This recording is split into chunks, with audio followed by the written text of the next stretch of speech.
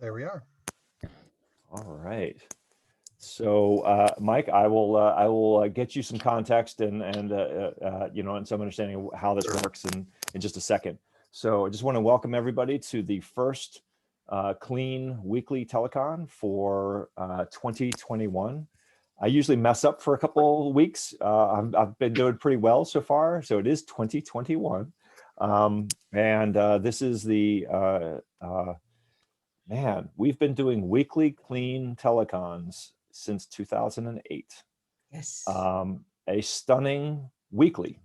Now we've missed some, and we just missed a couple because of the holidays, but still to have that many weekly telecons dedicated to climate and energy literacy in the United States, but not just the United States, is pretty stunning reality. So for those who don't know about the network or who are coming and watching the recording, this is, today is just going to be an informal conversation. But we have a healthy and growing network focused on professionals who are organizations or institutions that are working to advance and expand climate and energy literacy. So some of the people are new here. Today is an informal conversation. If there's no set agenda, sometimes what we do in these is we have a speaker and then a dialogue afterward. Today is not one of those days. We've had panel discussions. That is not one of those. So today is just an informal conversation. So given we're not a large group and we have some people that I don't recognize, let's just do introductions of who you are and what your work is. Just a short synopsis of that, just so we get to know each other. And then we'll look for topics. But before we do topics, we'll also do announcements if there's anything we want to announce. So why don't we start there? I'll start with myself. I'm Frank Niepold. I'm the NOAA Climate Education Senior Program Manager and Coordinator in Silver Spring, Maryland. And I'm also currently a CLEAN co-chair of the Network Leadership Board. And so I'm a facilitator and I'm a founding member of the CLEAN Network. So but I'm just trying to model, keep it short. So we're gonna pop popcorn here. So I'll name somebody, and then if you go, you'll go. So Amy, you want to go? Since I'll encourage you. Could you come back to me in like 2 minutes? I totally can. Katie, why don't you go next? Great. Hi, I'm Katie Boyd. I am the CLEAN Program Manager, and I also work at Series Education and Outreach. So we're one of the groups who helps manage CLEAN and keep it going on the resource collection and professional development, teacher guidance side of things. And then I help to manage the network, but that's also a lot of the work from that's done by Patrick and Frank and other folks. And then Series Education and Outreach, it's a cooperative institute. So one of the NOAA cooperative institutes that's attached to a university. We're based at the University of Colorado in Boulder, and Series stands for the Cooperative Institute for Research and Environmental Sciences. I work in their education and outreach group, so we do a lot of just educational projects, helping scientists communicate their work and or our own grant funding to get environmental science out to folks. And yeah, so I do a lot of research and evaluation on that side of it, evaluating our projects and helping research the outcomes and things like that. So that's me. Thanks, Katie. You want a popcorn? Yeah, Patrick's next on my list, so I'm just gonna do you. Woohoo! Hey y'all, I'm Patrick Chandler. I'm a PhD candidate at the University of Colorado Boulder, and my research focuses on how to help communities and organizations bring art and science together to catalyze action on social justice and environmental issues. And I'm the coordinator for the CLEAN Network, so I work with our speakers to make sure they are ready for calls and help to organize our schedule and logistics and all that jazz. If you're interested in being a CLEAN speaker, please don't hesitate to reach out and we'll find a time to make it happen. And I'm going to send it over to Mike. Thank you. Again, I'm Mike Huffman. Spent 30 years at Cornell University in multiple leadership roles. I transitioned to emeritus at the beginning of the year, but I dedicate essentially full-time to climate change, mainly communication and outreach, and with a specific emphasis on what it means to the foods we need and love. Don't mess with my coffee, usually gets people's attention. So a little humor doesn't hurt either. So we have a book coming out in 3.5 months. It's called Our Changing Menu, Climate Change and the Foods We Need and Love, companion website. Are you aware of the fact that the sound is coming out here too? What's that? I'm sorry? I think somebody thought they were on mute. Okay. And a website that's really gathering attention. Just will have hundreds of ingredients food ingredients that are being changed from spices to herbs. You name it. We have 6 students coming on board right about now to help with all that work. Also just finished the first offering of an executive leadership program through something called eCornell, focused on climate change. I was really inspired by these are leaders in business around the country and how genuinely concerned they are about climate change, yet they need information.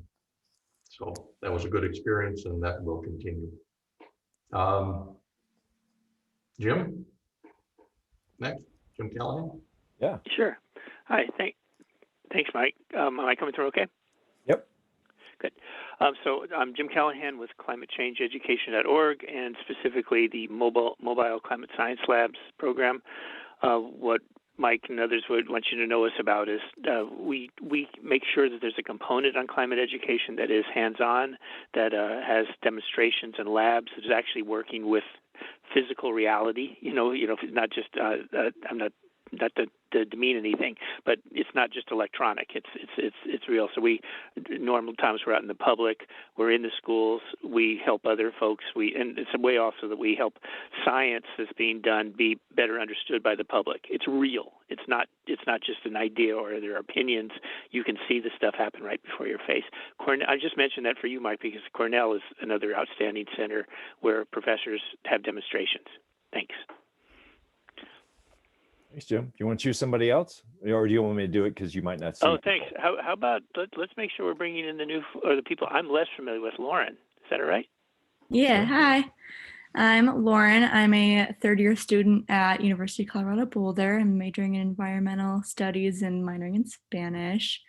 I'm also interning with Classrooms for Climate Action with Tiffany Boyd, who some of you might know. She's great. She couldn't make it today though. So, and yeah, that's a little bit about me. Let's go to Amy. Are you ready now?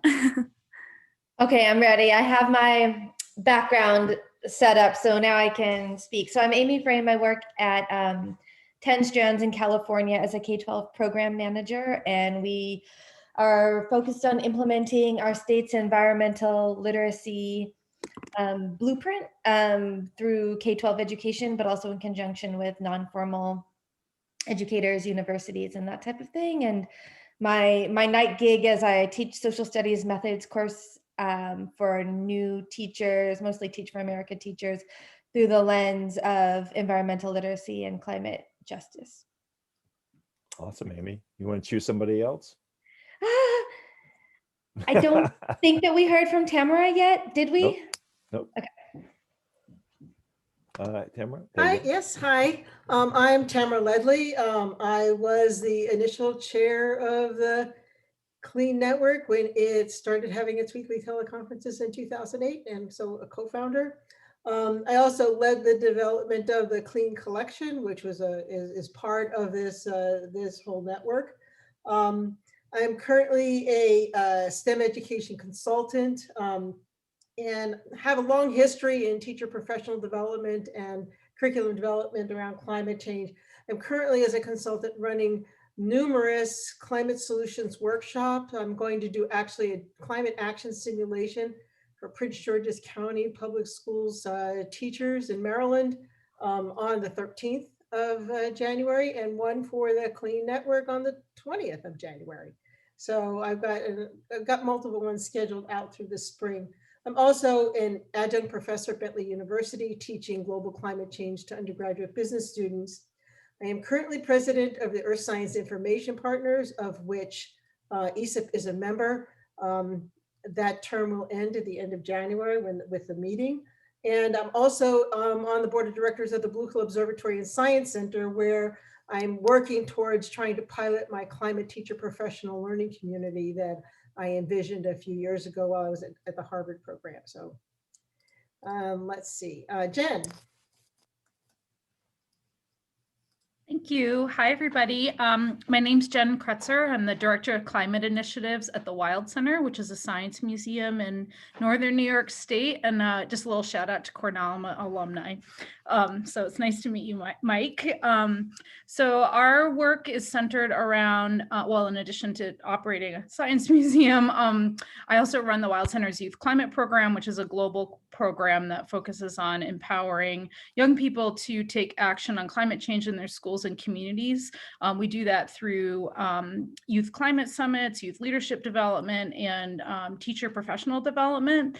Our youth climate program has coordinated, hosted, inspired close to 85 summits in 42 different communities across the globe.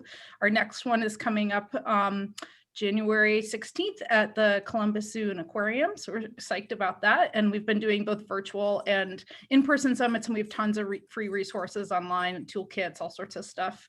We are very fortunate to receive NOAA environmental literacy funding for the second time, and we're about to launch our next grant starting this month. So we're really thrilled about that. I'm also working on getting deep into a new exhibition that we're going to open at our museum in 2022 on climate solutions.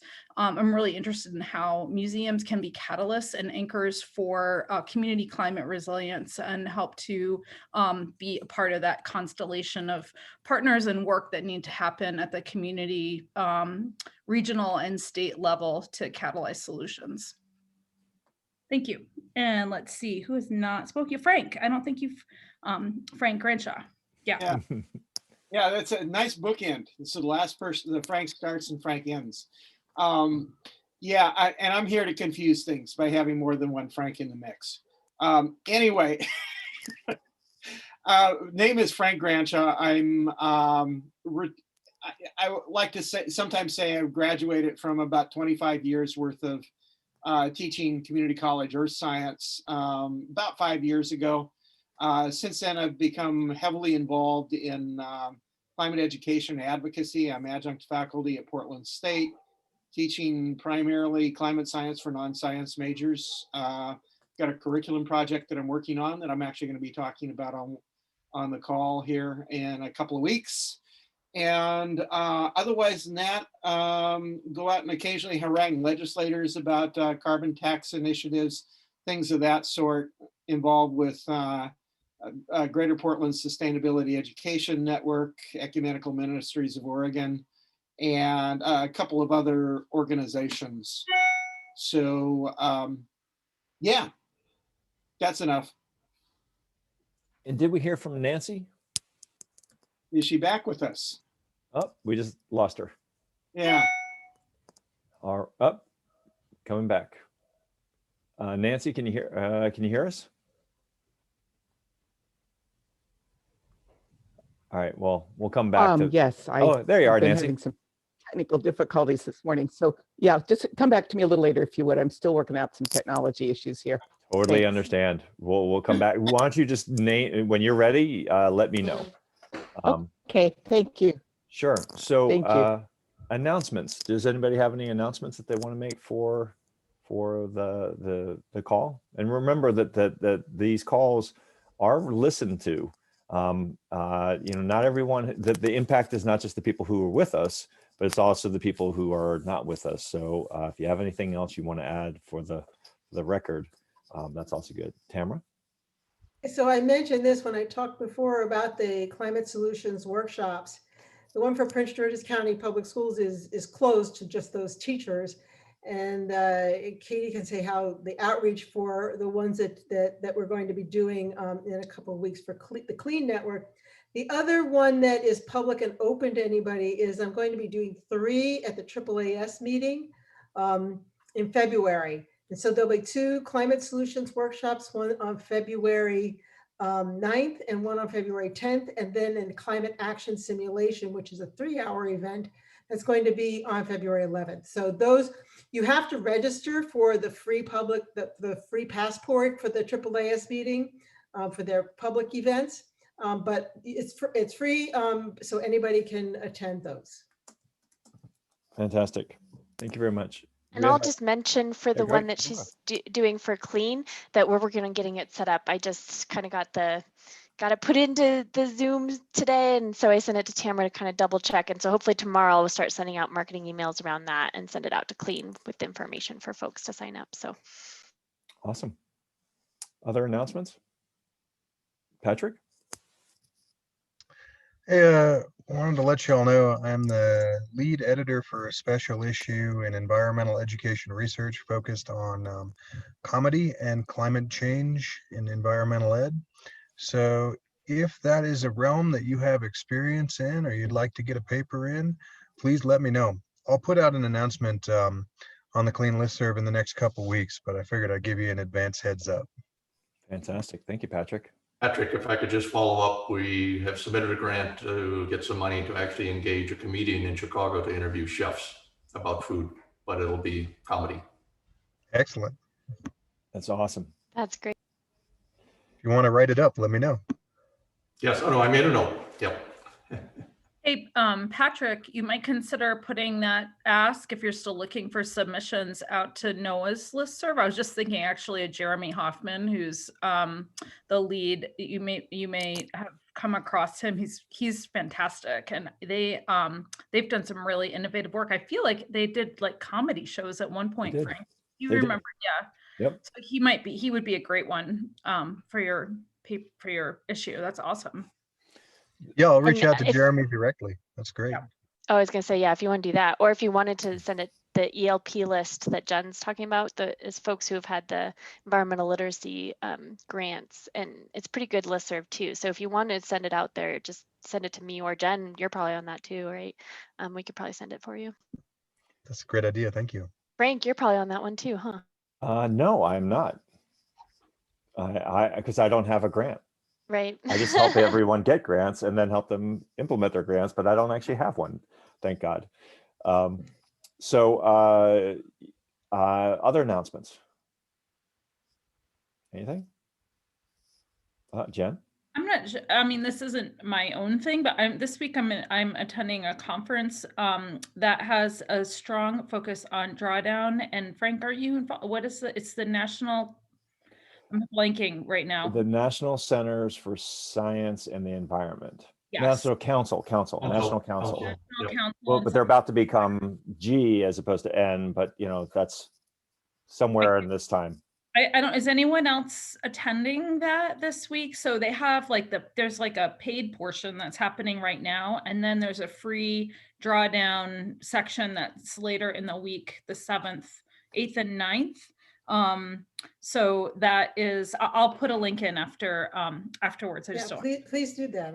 I will. And this afternoon though, there's a talk at 3 on the role of Indigenous knowledge and in climate solutions. That's being facilitated by Lauren Weiland, who has done a lot of work with Project Drawdown, and is also, has been in on these calls every once in a while. Anyway, so it should be really good. But then there's some really good talks later this week. I'll share a link. Yeah, was that through Drawdown, you said, Jen? It's Drawdown Learn? Project Drawdown is partnered with NCSE, if I got that acronym right. So NCSE, yeah. It's like a joint conference, and like part of it is, but it's all focused on climate solutions. So I'll get that link. And then there's another conference too, the climate change. Yeah, I was just going to mention that one because Dawn's not here, but I think somebody else just put it in the chat. Frank, did you just put that in? Yeah, I was just going to mention that one too. Yeah. Yep. Katie, Tiffany is going to the drawdown one all this week, so she can fill us in, and I can catch you guys up later. Yeah, she's great. Like pretty hyped about it. So. Awesome. I didn't even hear about this. How did I not even hear about this one? I know. She's excited. So much going on all at the same time. I just put a link to the NCSE Drawdown 2021 daily schedule. You do need to register, but the drawdown part is free. the conference, the NCSE conference, is not free. It's not exactly clear when it goes from one to the next, but I believe it is on Thursday when it switches from paid to free. It's a little confusing, but that's okay. There's good things in there. So like Jen, the session you're talking about, it's not clear so that's at 3 o'clock today. Is that with Sherry Mitchell? But do you have to be registered for NCSE to attend that talk? I think you do. So are you registered for NCSE? Sort of. Recorded. I know. I'm a little bit poaching that talk. So Yeah. I know, just the one talk, and then the rest. I know it's very bad. I just didn't have anyway. Yeah, funding. money is a thing. Money is a thing right now, but then I am registered for the drawdown piece. Gotcha. All right, and but also the Climate Change Education Collective Conference. I did put a link to that, which is also starting this week, which Don Haas and Joe Henderson and Casey Bush have been leading that effort to build that. And that's really about junior and senior climate change education scholars, researchers, building a community of practice around scholarship around this work. So if you want to attend that, I've put the link in that as well. So this has been a busy week. Any other announcements? I've got one, but I'm going to hold it until. I have Katie? a couple, if that's all right. Since we're for it. talking conferences, I'll just keep on that strand. I'll just mention, because Wendy's not here because she's getting ready for the AMS, the American Meteorological Society conference, is also happening next week. You need to be registered for that, but their videos and such are up this week, so it's kind of starting now. I'm attending. I'll be presenting about clean and some climate change education stuff in one of their education sessions next week. So just thought I'd mention that. Not everybody here will be attending, but just a reminder in case you are. And then another piece I'll mention, and I'm trying to, I have a couple folks I'm going to reach out to that I know in clean that do a little more energy education work, but I thought I'd mention it here too. And if those folks aren't interested, then I'm going to reach out to the larger clean network likely. So totally fine to say it here. But I was going to try and reach out just because it's such a large group and I only have 2 slots, but I have 2 slots. We are partnering with a group that's developing or trying to do a conference in February focused on renewable energy education and trying to bring the different sectors together in that field. So much more focused on the energy side of things. And we have Naomi from Clean, who's been helping me on the series side. She's gonna attend that, and she's been helping them organize it. And because of that, they have 3 other slots, and we have 1 other person from our group that wants to attend. And so I have 2 other slots that are open for anybody that is interested in attending this Renewable Energy Education Conference, REES. And I don't think they have a website up yet, They or do. I would put a link in. Oh, they do. Great. Okay. I was I'm like, on they the had advisory one. board as well, Katie, and I just that just came out from an Great. email from Michael, so I just put the link Awesome. into it. Perfect. Thank you. Yeah, I was like, I know they were working on it, but hadn't gotten it yet. So yeah, thanks for the link, Frank. And if anybody in here is interested in that, just reach out to me separately through an email, and I'll get you connected with Naomi, who can help you with that. But like I said, I have a couple folks. I know like Christy Buffington in Alaska does a lot of that kind of work. So I was going to maybe email a couple folks I know in Clean who are interested in that as well. So anyways, if you're interested, let me know. And if not, I'll reach out to the couple people I know who might be. And if not that, then I'll just send it out to Clean and the larger Clean in general. Awesome. Thanks, Katie. Wow, we a lot going on. Start in 2021. I did put a link to at 119 to the ACE National Strategy Framework. If you want to be listed as a signatory, either as an individual or as an organization or both, we are building the signatory part as we speak. And probably next Monday, we'll start rebuilding the website to really put that into into the ACE website.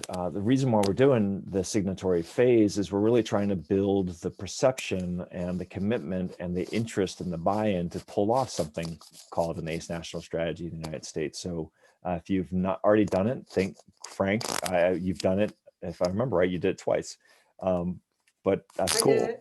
Yeah. So if you haven't done it, it will help us grow the perception that there's a lot of interested parties across our diverse country that would be wanting to be involved in this.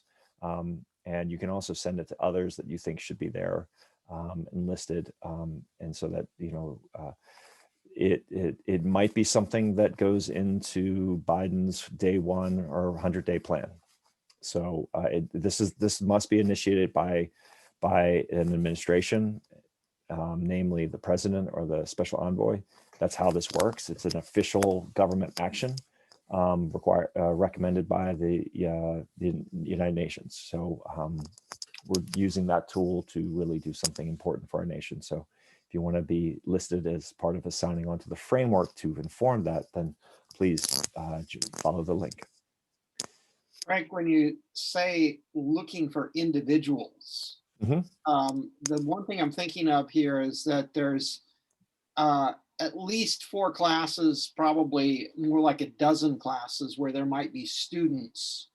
These are classes at Portland State happening this term, where there might be students who want to sign on to something like this. Would that be something that would work? Totally. Okay, good. Totally.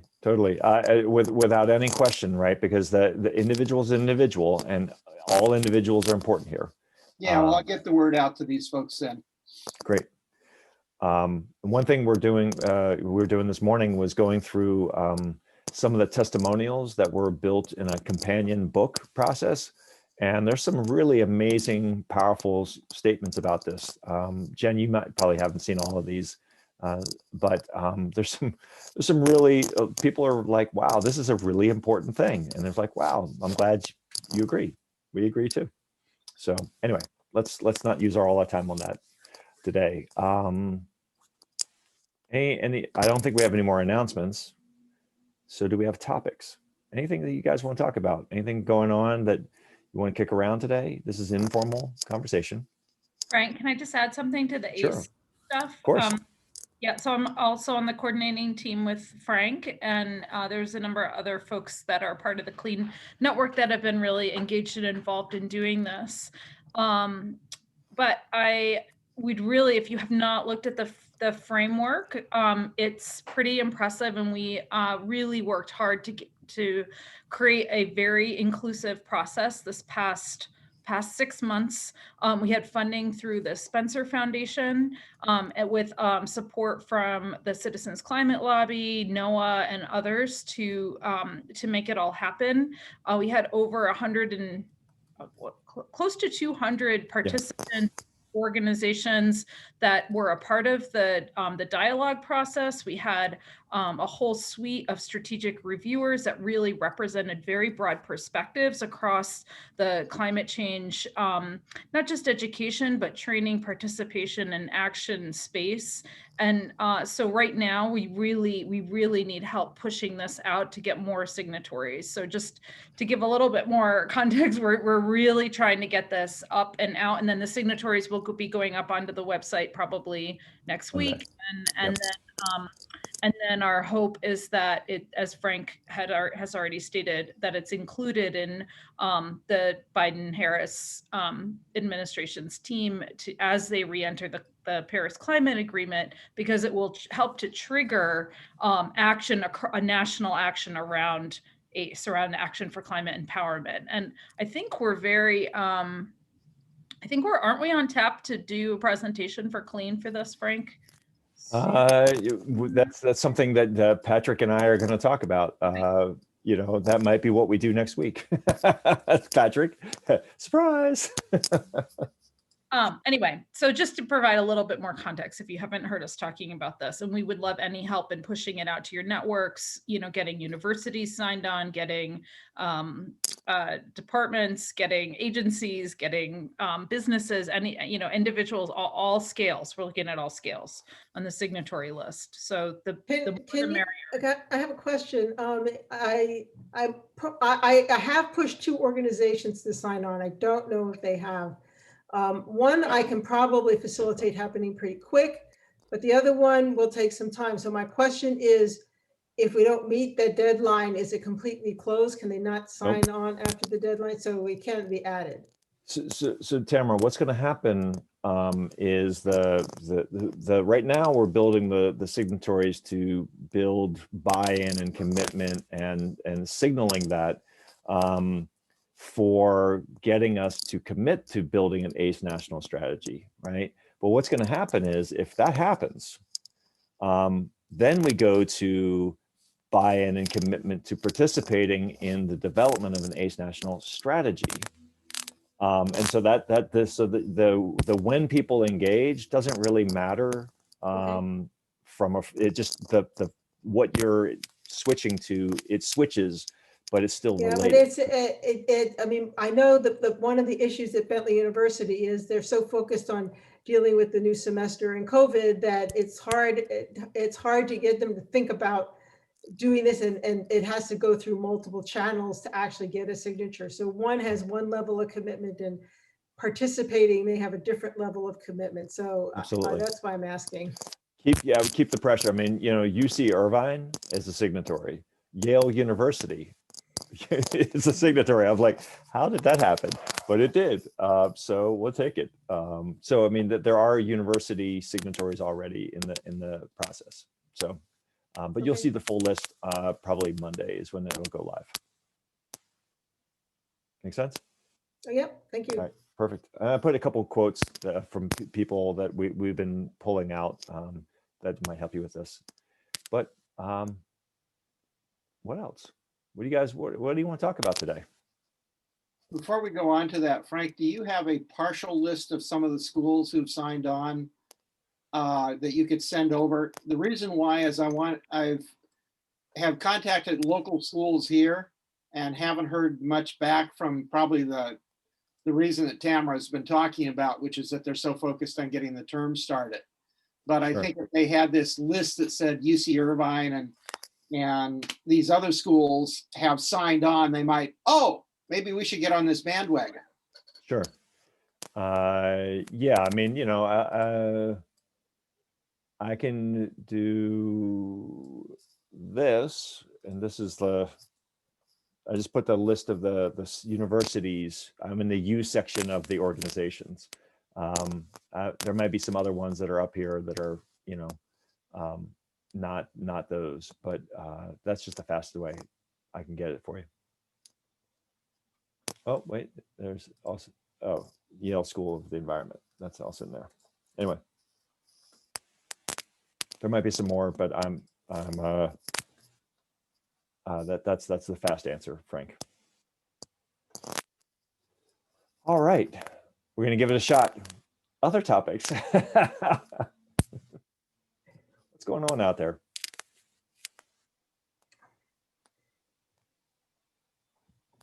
Georgia is a topic. Just kidding. I just spent 2 hours on a phone bank getting the vote out in Georgia. So I don't know if you've ever heard of the Environmental Voter Project. So this is so I've been involved with this for quite a while now. But what it does is it's a 501c3, and it doesn't advocate for anybody to vote for any particular person. But what it does is it takes the list of registered voters, identifies those that don't vote much, and matches them with a list where of people whose top priority is the environment or climate change. And then it targets getting those people to go to the vote, to the polls. They're in 12 states. So in November, I was on phone banks. I did 2 shifts on phone banks. I contacted people in Florida, Arizona, and Georgia. And then this morning, I did one for Georgia just to get out the vote. So they don't advocate for, like I said, they just want people who care about the environment to go out to vote, so that the priority given to paying attention to the environment comes up onto the radar screen of those politicians who tend to just address the issues that that people say, the people who vote say they care about. Thank you, Tamara.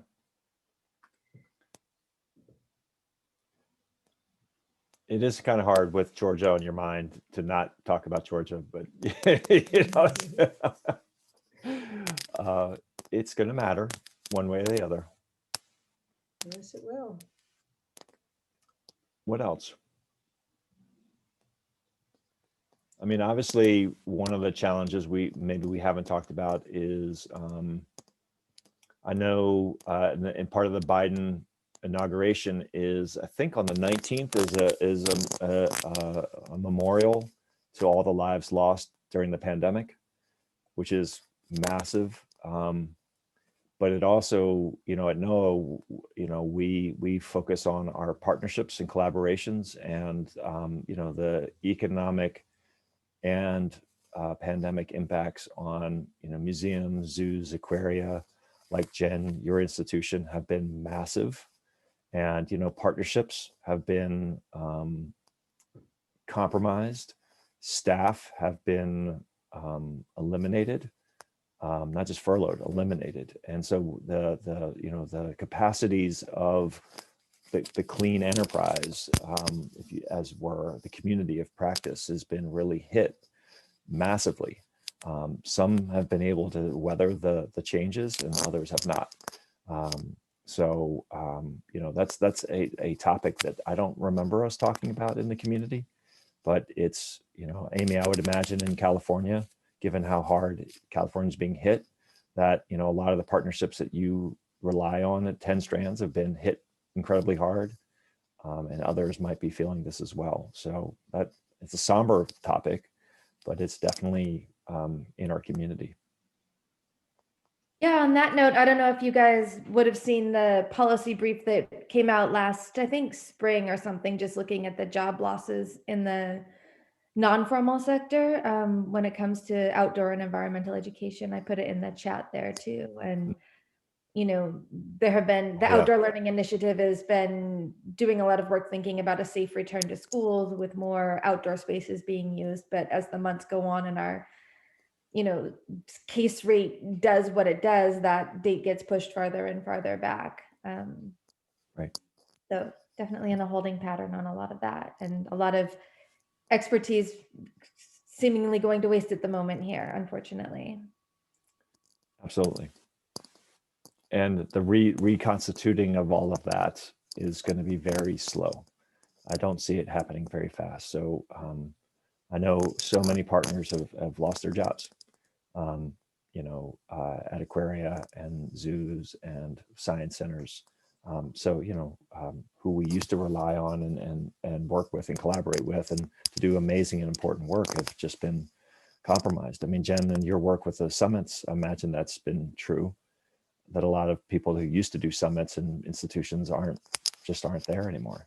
Yeah, there's a lot of pause, but people are also being really very innovative. Like we have, there's a lot of virtual youth climate summits that are happening, but other groups are just kind of like holding until it's safe to kind of figure out how to get together or to do something hybrid. I think what's challenging is that there's such stress on the schools. I just shared an article that actually Frank was shared on the NOAA ELP list group by Sarah, and just around how remote learning is just not going anywhere soon. Like the school, it's just chaos for schools. Like a lot of the work that, I live in a very rural area, but a lot of the we did a lot of work through clubs, and all those clubs are gone now. Like there aren't any clubs. I don't know if others that are doing work directly with schools have seen this, and teachers are just really maxed out on the stuff that they're doing. So I think that is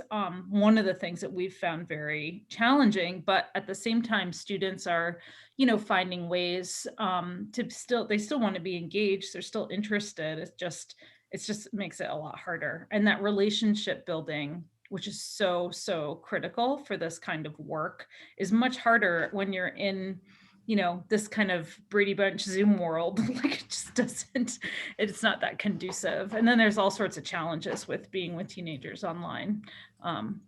for lots of different reasons. Equity issues being, a big part of that, like who has access to being online, who can have their video on. Like most of the time you don't even see their faces because they don't want you to see their homes, or they come, whatever those reasons are. It's like, it's really challenging. So, it's taking a toll for sure. Well, I've Go also ahead. found that there's the fact that everybody is experiencing this in terms of having to engage with this virtual learning, that where we might have in the past situation, if we wanted to move more to this environment, very few people would have had the experience. Now it's providing an opportunity where everybody, or almost everybody, has had the experience on some level.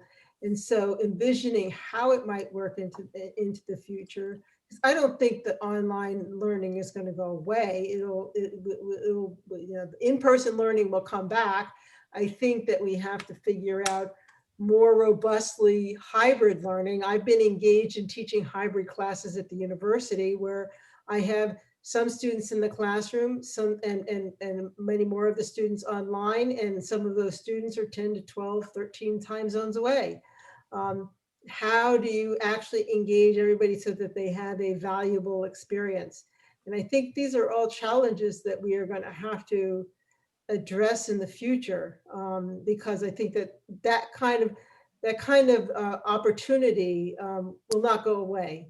It'll just continue to evolve. But engaging people in a meaningful way online is really something that we have to work on. People aren't going to just listen to ongoing talks. They really need to be engaged in doing something. And one of the challenges I found is usually I do have my students do drawdown presentations. They pick a solution from drawdown and they describe the science, and then they make the business case for it, because my students are all undergraduate business majors. And I had them, when face-to-face, I had them work in pairs, and I allowed them to pick their own teams. Well, last spring, it was okay because all the students had gotten to know each other in the classroom. But I realized this fall that none of the students got to know each other. And some of the students were first semester freshmen and didn't know anybody. So enabling that interaction took a lot more effort on my part to allow people to communicate and get to know each other in the online environment. Would bring up that definitely things have been very hard, and we've seen schools really not being able to participate. For those that are, it makes it, to me, it makes it even more precious and to hold. And there are some who have adjusted. Some of what we can bring to the table is not only climate, but social justice and diversity and inclusion. That I don't know if we have some opportunities that would be harder if there were COVID. So particularly the connection between Lowell School and Howard University students, having middle school students working with undergraduate and graduate students, that's pretty hard in a normal environment, right, in an out there environment. And yet we can bring them together through Zoom calls. And in particular, a lot of it is addressing what we saw at AGU. I think it's fair to say, and AGU is now recognizing it. You go to an AGU conference in San Francisco, I don't think I ever go to anything in San Francisco where I live and see so many mostly just white people, 26,000 people, and it's overwhelmingly white people and Asian, hardly any African Americans, Latino. There's a real problem that they're recognizing in the geosciences that have an historic reason. There are reasons why it tends to be so not inclusive and diverse. And how do we get there? A lot of it is to start young and to find and to address the things that make it that Black kids don't feel welcome in the environment, in the earth sciences. And they're a great relation is with Howard University and Lowell School. Lowell is a diverse school, but we're even seeing it within our own school that the Black kids don't tend to feel that where they want to be is in climate or environment. They'll come to do when we do hands-on science, but don't join Climate Club. And we're working to make it a welcoming place that goes on to be diverse. Can you describe some of the things that make it feel unwelcoming and how you're addressing it in terms of making it a welcoming space? I'm just interested in how you can facilitate that facilitate that. Right. Well, one I would say is getting deeper into this conversation. I always work to, I think we would all agree it is good itself to have that be inclusive. I don't want to be a white male who's trying to give the answer to that. So if I'm going to be very just dipping my toe into it by saying that, it's good to see that. But one thing an example I could see is I was brought up where you go camping, where you go out into nature. You feel comfortable in nature. You don't feel that you're in danger by being out in an area where now if you wear, the same kind of idea, if you wear a mask in some places where we went camping, you might get in trouble for wearing a mask. It's a sign that you're not part of the culture. Well, Black people really stand out. My experience in being out in nature, being camping, going to things, I can't imagine if my interest in climate and environment would have been, I felt that's an area I can be active in without that. Living in Oakland, it's kids don't feel comfortable in general if to be out in that environment. That's just one example to me. But again, I'd rather that also be articulated by a Black person, right? In that. So, but no, Tamara, that's a lot of it, to have that discussion, to look at that. But that, I hope that's a bright light though within some of the things that are happening. That it's small, but there are connections being made that actually are taking advantage of COVID. That we're having so many Zoom calls. So. I'm not trying to not answer your question, Tamara. No, it's more, okay. Yeah, it's more to say I want it with other people involved. Well, I tried to have this conversation. I worked to have this conversation with ESIP. Your Science Information Partners is very much a white organization. And one of the opportunities that was afforded because they had a virtual summer meeting and they're having a virtual winter meeting is that the registration is much lower and it doesn't require you to pay for any travel. So some of the younger members of the groups of the member organizations can afford to come. And it's in those levels, you may have more of a diverse population of environmental scientists. Now, obviously, James, as you said, that those people have to be engaged somewhat earlier than being in graduate school. But just in trying to entrain and increase the diversity of the attendance at the ESIP meeting is the possibility that instead of 5 people getting their way paid from NOAA to the ESIP meeting, you can probably now have 25 people attend because the registration is all that it costs. And the registration is half of what it would be if you were going in person. So it's like $200. So instead of like $1,500 for a trip for one person, it's $200 for a registration for one person. We'll see how many more people, and the diversity of people that can attend if you have that opportunity. So let me explore with you guys if this something else aligns with this conversation, because the disruption to education and to the lives of our students and teachers. And my wife's a teacher, and she despises what's happening to her teaching, and teachers are really taking it hard. So just with that being said, there's another dimension to this, is that this is the Clean Network, and one of the things we've been struggling with since 2008 is that what's happening in our nation's classrooms related to climate is completely inadequate to the task before us. And changing that with the 54 million students that are at the K-12 level in our nation, and the 20 million that are at the higher education is a massive task, and it's not going anywhere near fast enough. And this summer, a group of students who were interning in my office at NOAA, the climate program office, pushed us. And they were like, what can you do to provide access to students across our country that are not getting served by their schools and their teachers? What can you do? Because it's got to go faster than what's happening right now. And it was a great question, and I don't know the answer, but this line here in the title of this article is "Remote learning is not going away soon.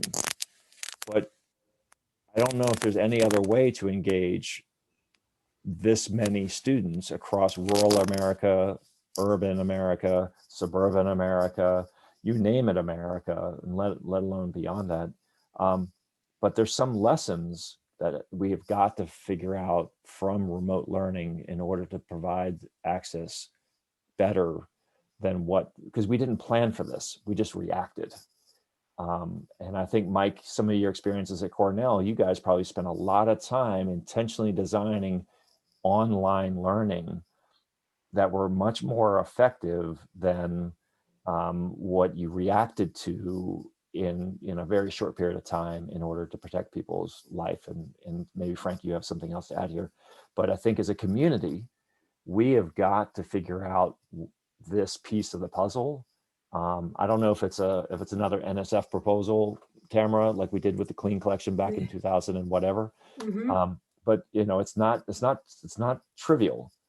But as a community, we have got to figure out how to serve our learners better than what they're getting right now at scale. So I don't. And if there's pieces of this underlying report that's in this article, that's great. But I mean, but that's in all learning. But in climate, there's even some more specific parts that might need to be designed here. I can follow up, Frank. The students at Cornell put together a statement that no student should graduate from Cornell without being climate change literate. The staff have done the same thing, and something called, essentially, it's another group of staff, but the faculty have yet to do that. These are not big deals, but the student clearly need it. Right. And I am just passionate that nobody should graduate without being climate change literate, to be an informed citizen, to make the right kind of decisions, because it's their future. Yep. And maybe to drive this home a little bit, I wrote an op-ed a while back, ended up in the Hill, but in there I asked students, in one word, please describe your future given climate change. It's not a pretty picture. Terrified, concern might be on the light side, just really worried. It's really a powerful statement that, in fact, I'm just supporting everything you said, that anything we can do to get that message out to that population, we should try, whatever it takes. We also did a MOOC a couple of years ago. We had 3,000 people sign up for it.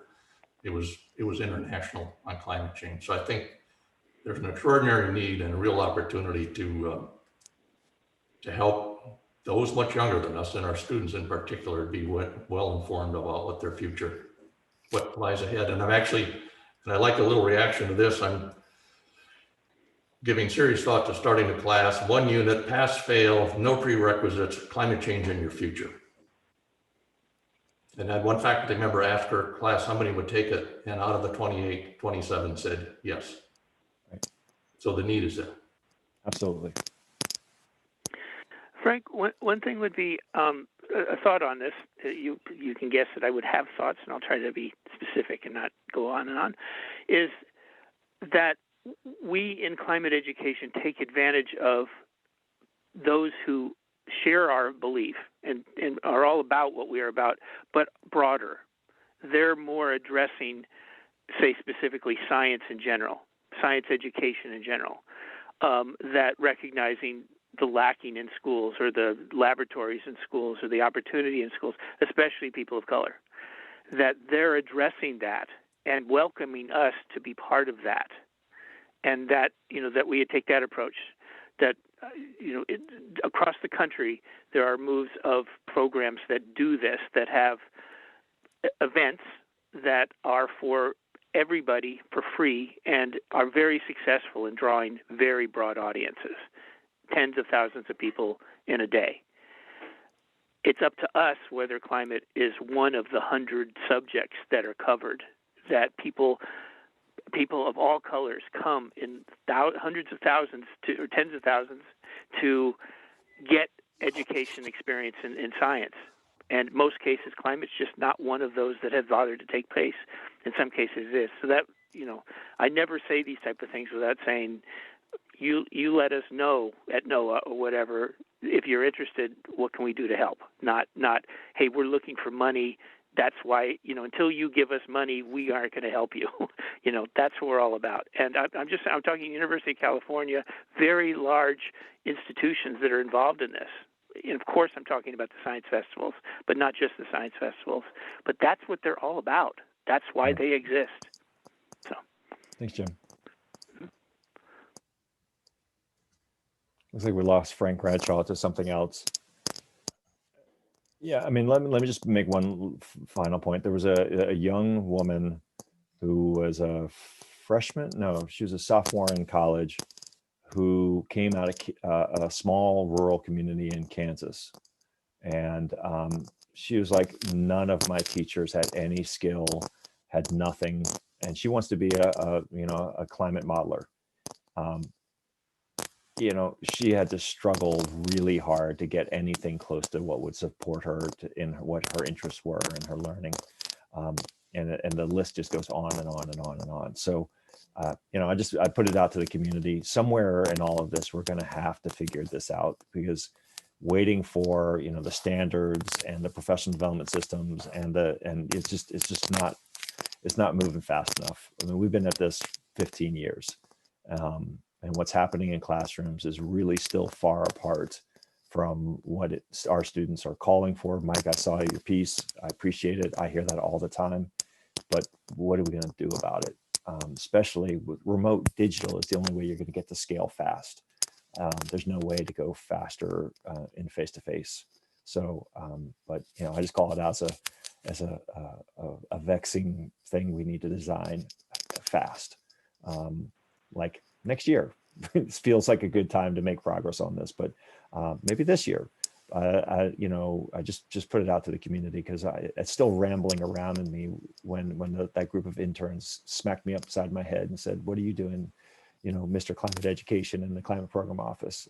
They were nicer than that, but still, I took it that way, and they're spot on. And I don't have a great answer yet. Frank, if I could, I'm going to add one more thing, if I would. And this is one I cannot promise you fast, big results. This is, I don't have big expectations for big things. There's going to be the first remote science festival, probably in the world, on March 13th. So it's I don't call it virtual because it's still physical. Out of one of the science festivals that's very successful in bringing in people of color, large amounts at the North Bay of the Bay Area, but they have selected us to be one of 25 of their exhibitors who they most can rely on to make sure that climate's there, and they have agreed that DC is okay to be a satellite of this. Okay. Mm-hmm. We are all agreeing we're only looking for like a couple thousand people to show up, not 15,000 or 20,000. We'd rather do it well and have a small audience. But there is a chance to be involved in the ground floor of having COVID be a chance to make science festivals also have a broadcast experience. So just know that's going on. And it's not tens of thousands, but it is happening. Thanks, Jim. This is going to clearly be an active conversation in our community, one way or the other. We are at time. It looks like Nancy never got her tech working. So I thank you all for another week. Patrick, you and I need to talk about next week, and we'll figure something out. That's something that Jen reminded me that we might be doing it that way next week. But it's a good point. So Patrick, I'll look forward to talking with you. Hope everyone has a productive beginning of 2021, and also please all be safe. The next 6 to 8 weeks are not going to be pretty for our country. So take care of yourselves. Hand washing, really good idea. Thank you very much. Nice to meet you all. Nice to meet you. Thank you for joining us, Mike. Mike and Lauren too.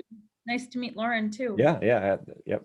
Sorry. Yeah, thanks for having me, everyone. Of course, Lauren. Come back again, both of you. Yeah, will do. Thanks, everyone. Bye. Take care. Bye-bye.